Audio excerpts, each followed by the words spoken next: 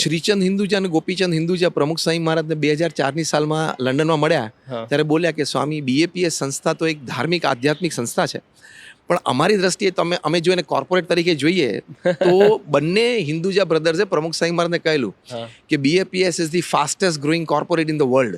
100%. પછી શ્રીચંદ હિન્દુજા અને ગોપીચંદ હિન્દુજાએ પ્રમુખ સ્વામી મહારાજને કહેલું કે સ્વામી, તમે તમારા સ્વયંસેવકોને, કાર્યકર્તાઓને જે નમ્રતાનો ભાવ શીખવાડ્યો છે, જે સમર્પણનો ભાવ શીખવાડ્યો છે, જે અપેક્ષાએ રહિત સમાજ માટે કરી છૂટવું એવી એક ભાવના શીખવાડી છે, રાઈટ, અને ચોથું અગત્યનું શુદ્ધ વ્યક્તિગત પવિત્ર વર્તન એ શીખવાડ્યું છે. એમાં નિર્વ્યસનીપણું ઇત્યાદિ બધી વાત આવી ગઈ.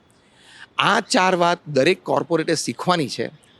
તો અમારી એવી ઈચ્છા છે, હિન્દુજા બ્રધર્સ કહે છે, અમારી ઈચ્છા છે કે તમે દર વર્ષે યંગસ્ટર્સ માટે આવી એક સેમિનાર કરો, એક કોન્ફરન્સ કરો, 3 દિવસનો 5 દિવસનો, અને જે યંગ ઇન્ડિયન્સ કોર્પોરેટ વર્લ્ડમાં છે એ લોકોને આ બધી વાતો તમે સમજાવો. રાઈટ.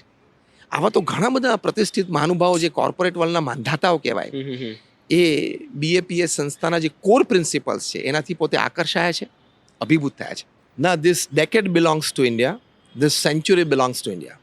હમણાં જોન ચેમ્બર્સ, તમે એની પ્રોફાઇલ વાંચજો, કોર્પોરેટ વર્લ્ડમાં એક માનધાતા જ નહીં પણ અતિશય માન સન્માનને પામેલી વ્યક્તિ. એ હમણાં જોન ચેમ્બર્સ પોતે બોલ્યા કે by the end of this century, આ સદી પૂરી થાય ત્યાં દુનિયાની નંબર 1 ઇકોનોમી ભારત હશે. વાવ. અને જોન ચેમ્બર્સ જેવી વ્યક્તિ બોલે એટલે એ આખી એક વાત જુદી થઈ જાય. રાઈટ. અને by the end of the century અમેરિકાની ઇકોનોમી પણ ભારત કરતાં 10-15% ઓછી હશે. આ એમની વાત છે. એટલે તમે જે વાત કરી એ રેફરન્સથી જ કહું છું કે this decade belongs to India, this century belongs to India. અને ઇન્ડિયા છે ને યંગેસ્ટ કન્ટ્રી છે. સૌથી વધારે યુવાનો, રાઈટ, જે 15 થી 45ની એજમાં આપણે ગણીએ કે જેમાં એની યુવા શક્તિ કામ કરતી હોય, એ ભારત પાસે છે. બિલ ક્લિન્ટન જ્યારે ભારત આવ્યા 2000ની સાલમાં હશે, હૈદરાબાદ આઈટી હાઈટેક સિટીમાં એમની એક આઈટી પ્રોફેશનલ સાથે એક મીટ હતી. એમાં બોલ્યા કે જે યુથ એનર્જી ઇન્ડિયા પાસે છે, nobody can stop India from becoming a super power. એટલે બેકગ્રાઉન્ડમાં તમારા પ્રશ્નમાં આ ઉત્તર છે કે હકીકત તો છે જ, આ સમય આપણો છે, ભારતનો છે. રાઈટ. હવે એમાં જે યુવાનોની વાત છે, એને સ્કિલ્સ અને માઇન્ડસેટ, યસ, એમાં પ્રથમ એ ધ્યાન રાખવાનું કે કર્મઠતા. મારે સવારે ઉઠીને બેસી રહેવું નથી, હું કંઈક કરીશ. હું દોડી શકું તો દોડીશ, દોડી ના શકું તો ચાલી ના શકું તો ઢસડીશ, પણ આઈ વિલ કીપ મૂવિંગ. સવારે ઉઠીને હું કંઈક કરીશ.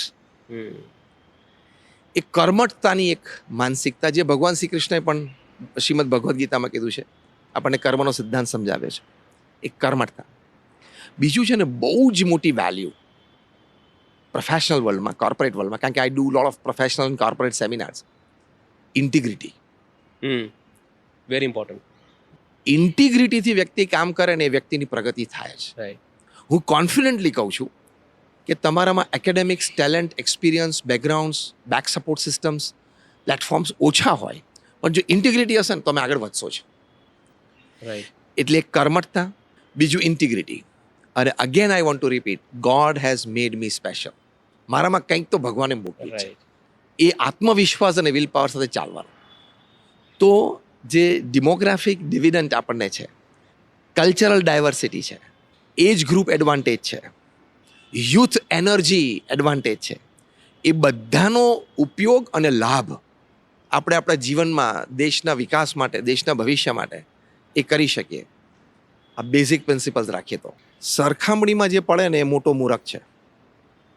આઈ am I, he is he. I do my work, he does his work. I achieve, he achieves. I be happy, he be happy. Simple. Attitude રાખવાનો. તો તમારો સેલ્ફ એસ્ટીમ કે self worth ક્યારેય હણાય નહીં, ક્યારેય ન હણાય ને.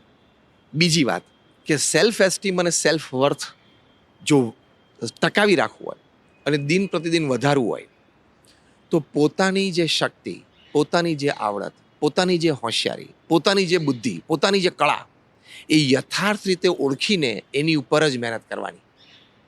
Try to be what you are originally. Don't try to be yourself by comparing with somebody.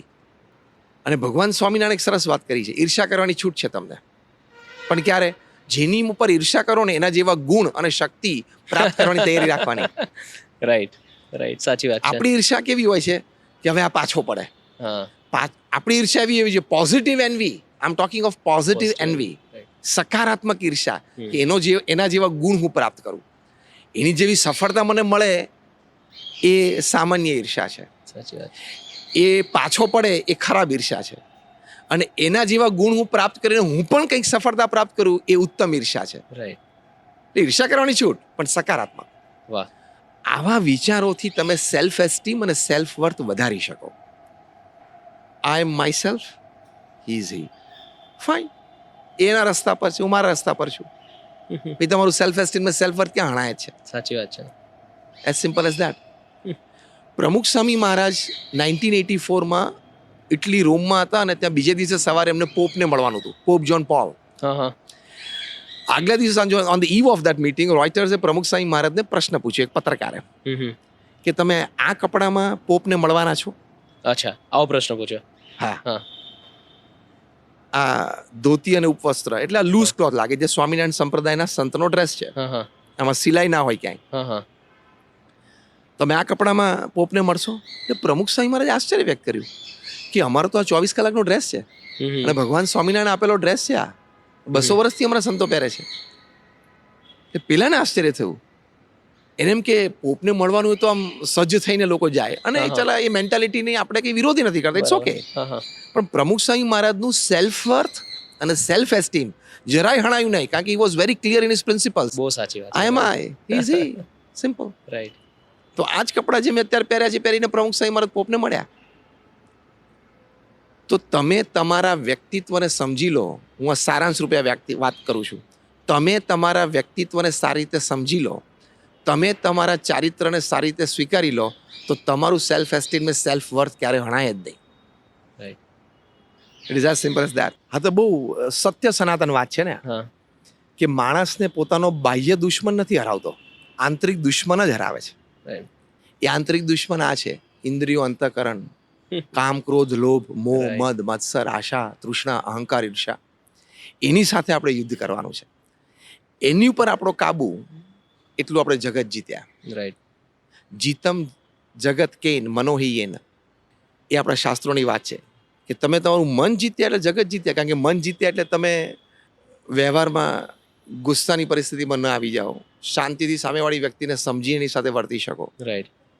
આવી અનેક લાભ, એટલે કે અનેક પ્રકારના આપણા લાભ, એ જ્યારે આપણે ઇન્દ્રિયો, અંતઃકરણ, મનને જીતીએ છીએ ત્યારે થાય છે. એટલે Right. પ્રમુખ સ્વામી મહારાજ એમના વિશાળ અનુભવ પરથી બોલ્યા છે યસ. કે યુદ્ધ આપણે આપણા જે આંતરિક દુશ્મનો છે રાઈટ. એની સાથે કરવાનું છે.